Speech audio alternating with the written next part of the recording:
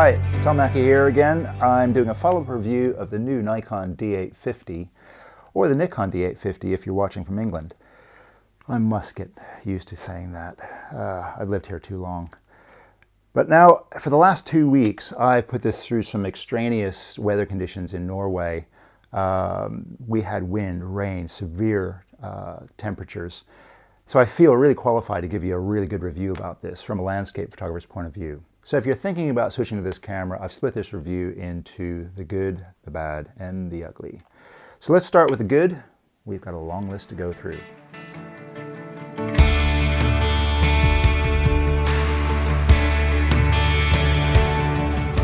All right, first things first, let's talk about a hallelujah moment here. Nikon have finally listened to their users. This baby pops out now. The display is wonderful. Now this actually saves my knees, and especially when I'm shooting really high viewpoints on my tripod, I can just pop the display out, see what I'm doing. That's a great point. Okay, they kind of missed the whole thing though when you switch into vertical position. Can you pop it down? No, it just goes like this. It would have been great to have a pop-out display that goes wherever you like it to, but that's a minor detail, something for future improvement. Now the display quality, they have improved this, and I've been waiting for this since the D800. The display, when you're focusing using live view in low light conditions, on the D800, the D810 even, not great. You're focusing noise. They've made a vast improvement on this, but it can still get better. I can still focus detail. I'm not focusing noise so much, but the detail isn't crisp. It could be much, much better. Okay, so that's the display. On to the sensor quality. Now, the sensor quality is, I love the D810. The sensor quality on that was fantastic. The sensor quality I've found on this, especially with the exposure latitude range, seems to be improved a lot more. I don't know if it's my imagination or not, but when I'm shooting in extreme lighting conditions, I have all this fantastic detail to work with from one image. I don't find that I really need to shoot HDRs that much. It's the same thing with the 810, but it's good to see that they've kept that quality, they've improved it a little bit. Okay, next on my good list is the focus stacking feature. Now this is brilliant for me because I'm doing a lot of focus stacking, and this enables me to set this up in camera, let it rip, and it's done. I don't have to sit there and manually tweak this lens focus.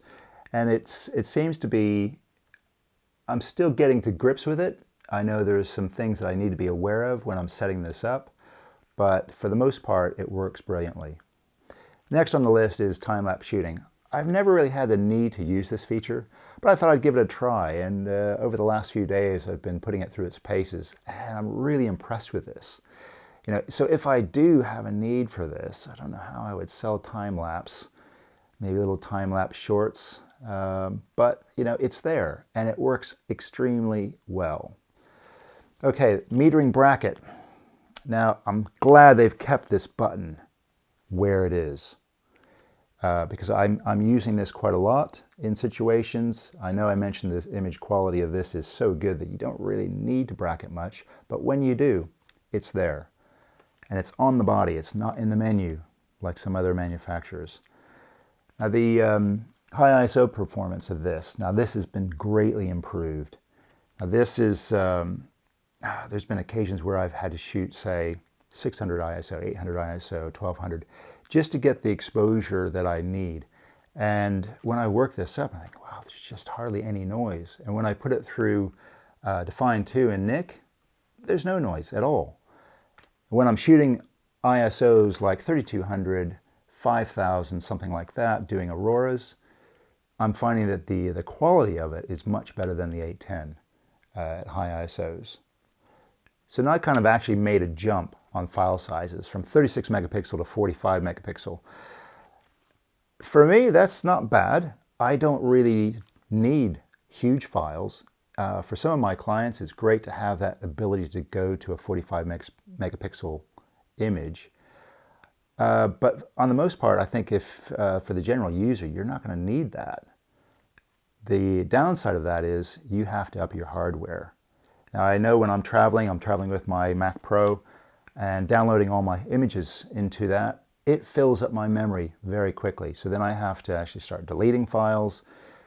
It's not ideal, but I'm finding I have to upgrade my hardware. At home on my iMac, it's no problem. I don't have anything on my iMac, so I keep everything stored off the computer, so it's not really an issue. It's nice to have the extra megapixels. I can't say that if they start increasing the size in future releases to 50, 60, 100 megapixel, I don't need it, and I wouldn't buy it.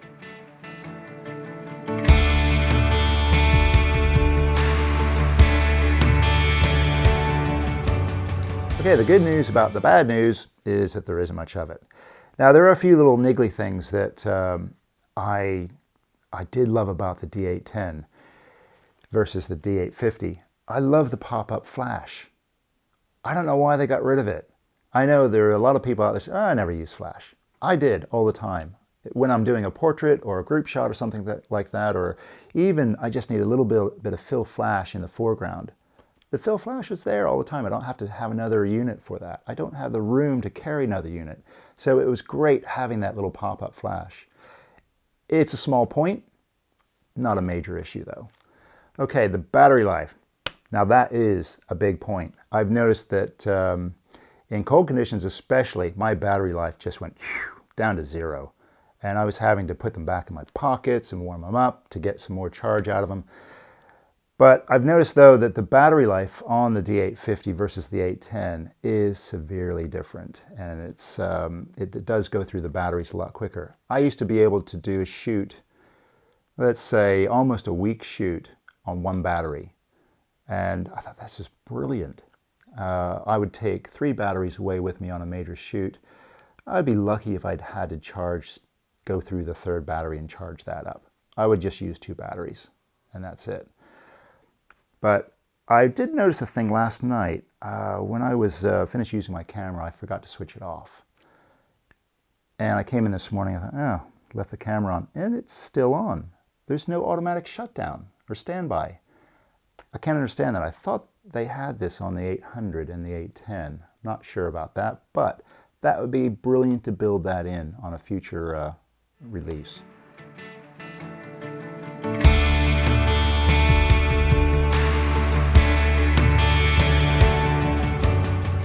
Now, the ugly. Let's get on to the really niggly, ugly points. I'm a creature of habit. When I have my bag packed, I put everything in the same place so I know exactly where it is when I want to use it. So when I'm using this and I go to the mode button to change from automatic, or not automatic, aperture priority into manual mode, I don't know, I'm switching the ISO now. Why did they change the button over from ISO to the mode button?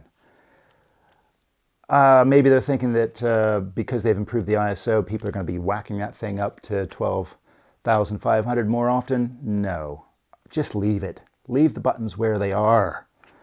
Now, card types. This is a really niggly thing for me because I had just gone out and bought a half a dozen 32 gig compact flash cards. I love compact flash cards. You know, they're substantial. They're not going to blow away in the wind. I've got a nice little case that fits all my compact flash cards. Now I have to buy all new cards. Okay, the SD card.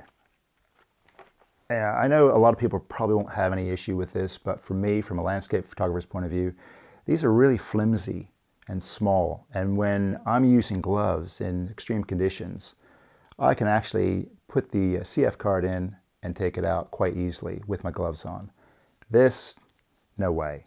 And the fact that it could easily blow away off the edge of a cliff or whatever is not ideal.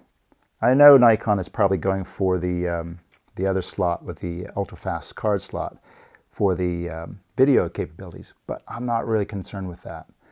So it would have been great to keep that CF card slot in here at least, but you know, it's a niggle. But you know, it's something I'm going to have to live with. Another frustrating issue with this is the dust. I know the D810 used to pick up some dust now and again, but this is like a Henry Hoover. It just seems to be collecting dust. On this trip, I haven't changed the lens once, but every time I'm retouching, I seem to start picking up more dust particles.